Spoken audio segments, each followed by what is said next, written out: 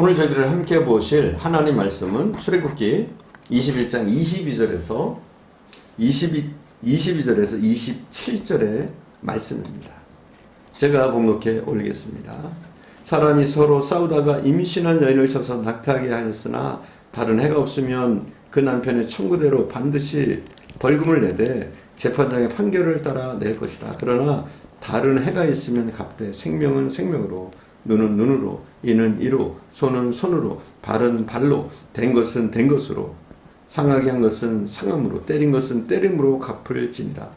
사람이 그 남종의 한 눈이나 여종의 한 눈을 쳐서 상하게 하면 그 눈에 대한 보상으로 그를 놓아줄 것이며 남종의 이나 여종의 이를 쳐서 빠뜨리면 그 이에 대한 보상으로 그를 놓아줄지니라. 오늘 22절에서 23절에 보니까 임신한 여인을 특별히 보호하는 법이 있었습니다. 그 당시에는 그랬어요. 임신한 임산부를 특별히 보호하는 그런 법이 있었습니다. 하나님 법으로 임산부를 특별히 보호하셨습니다. 법을 세우는 중에 본문에 보니까 눈은 눈으로 이는 이로 이런 율법의 원리를 말씀하셨습니다. 이 법을 시행할 때 하나님의 허락이 있을지라도 개인적으로는 할 수 없어요. 재판장의 판결과 지도를 따라서 해야 됩니다. 눈은 눈으로 이는 이로, 이 말씀은 어떤 사람이 내 눈을 상하게 했으면 나도 그의 눈을 상하게 하고 어떤 사람이 내 이를 상하게 했으면 나도 그 이를 상하게 한다는 것이 아닙니다. 여러분 잘 아셔야 돼요. 하나님께서는 그 같은 복수를 허용하신 것이 아닙니다. 복수를 허용하신 것이 아니에요. 이것은 재판장이, 이 판사가 판결할 때 기준을 말하는 겁니다. 예를 들어 어떤 사람이 남의 눈을 실명시켰다면 그가 생활하는데 많은 지장을 받을 겁니다. 그래서 그가 생활할 수 있도록 경제적인 배상을 해야 한다는 겁니다. 또 눈은 눈으로 이는 이로 하는 이 말씀은 영적으로 하나님께서 죄인에게 대한 징벌의 방법으로 하나님의 섭리에 의한 행한 대로 갚으시는 것을 가르칩니다. 그렇습니다. 심은 대로 거두게 하시는 하나님의 심판의 법입니다. 내가 폭력을 쓰면 나도 폭력을 당하게 되고 내가 남을 속이면 나도 속임을 당하고 내가 윗사람에게 반항하면 나도 아랫사람에게 반항을 당합니다. 이것이 하나님의 행하시는 공의입니다. 악행을 행하면 내가 행한 대로 받게 되는 것을 우리는 알아야 됩니다. 그래서 우리는 눈은 눈, 이는 이 법의 의미를 우리는 잘 알아야 돼요. 이 법이 굉장히 혹독하거나 몰상식한 법이 아니라 정말 정당하게 당한 대가만큼 피 입은 것만큼 대가를 치르게 하는 그런 정말 그 당시로서는 좋은 법이었습니다. 하나님은 특별히 종에 대해서도 관심이 많았어요. 종에 대해서도. 그 당시에 종은 사람 취급 못 받았다고 그랬어요. 지난 시간에 말씀드렸습니다. 인간이 아니라고. 그 당시에 그 근동에 이 종은, 노예는 사람으로 대우받지를 못했습니다. 그러나 하나님은 특별한 종에 대한 그런 법들을 세워서 연약한 자들을 보호했습니다. 26절, 27절입니다. 제가 봉독해 올리겠습니다. 사람이 그 남종의 한 눈이나 여종의 한 눈을 쳐서 상하게 하면 그 눈에 대한 보상으로 그를 놓아줄 것이며 그 남종의 이나 여종의 이를 쳐서 빠뜨리면 그 이에 대한 보상으로 그를 놓아줄지니라. 모세시대 이방 나라에서는 종을 아무리 두들겨 패서 죽여도 아무 죄가 없었습니다. 사람으로 취급하지 않았으니까요. 그러나 하나님께서는 남녀 종의 눈을 상하게 한다든지 이 하나를 빠지게 해도 속전을 받지 않고 자유케 해야 한다는 법을 마련해 놓으셨습니다. 하나님은 종이라도 그 생명과 신체와 그 인권을 보장하라고 하신 겁니다.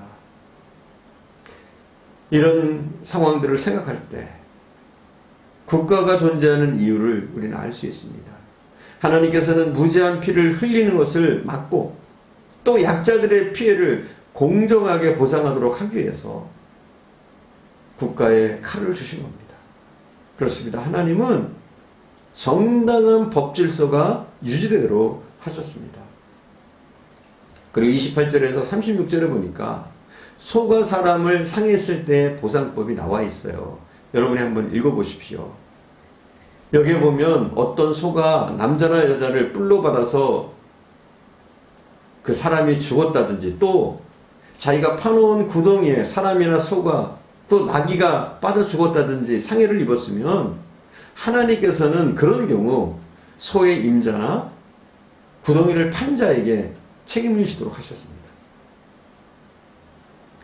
이 같은 일들에 있어서, 즉 살인죄에 있어서 중요한 것은 고의성이었습니다.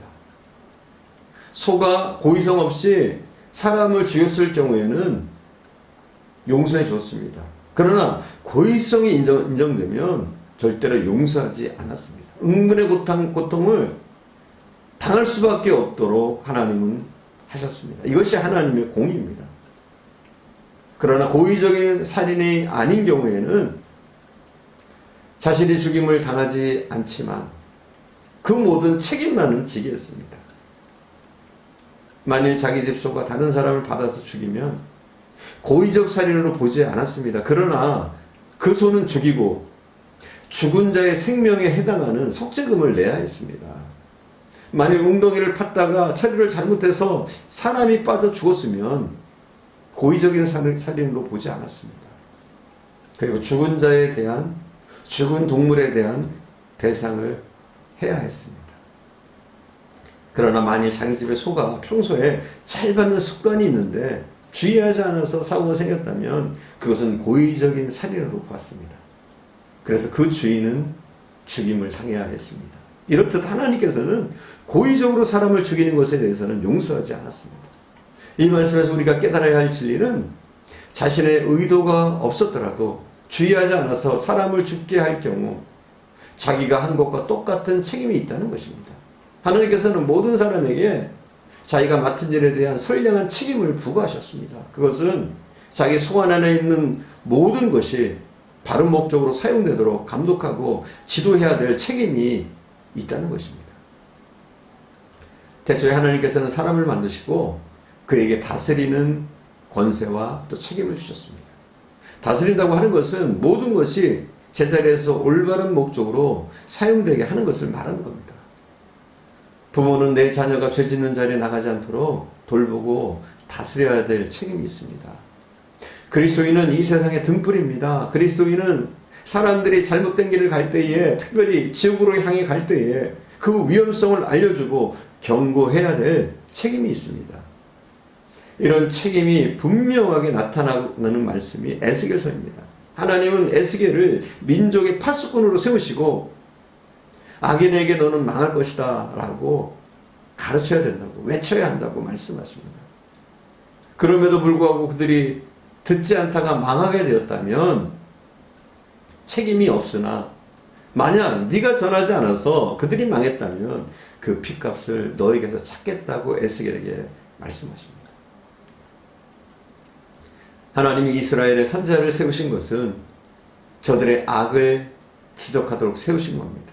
하나님의 말씀을 먼저 안 자에게는 책임이 있는 겁니다. 하나님의 사랑을 받고 또 복음을 먼저 받은 사람들은 하나님의 그 사랑과 복음을 죄인들에게 전해야 될 책임이 있는 겁니다. 이것은 저는 선량한 책임이다, 이렇게 말하고 싶습니다. 우리 모두에게는 이러한 책임이 있는 겁니다. 우리는 하나님 앞에서 바르게 살아야 됩니다. 또 나 자신 앞에서도 진실되게 당당하게 살아야 됩니다. 그리고 세상 앞에서, 불신자들 앞에서 반드시 믿음으로 우리는 살려고 애를 써야 됩니다. 뿐만 아니라 그들에게 하나님이 계심을, 심판이 있음을, 죄의 복음을 전할 책임이 우리에겐 있습니다. 이 신성한 이 책임을, 이 선량한 책임을 다하는 저와 여러분 되어주시기를 간절히 축원드립니다. 기도하겠습니다.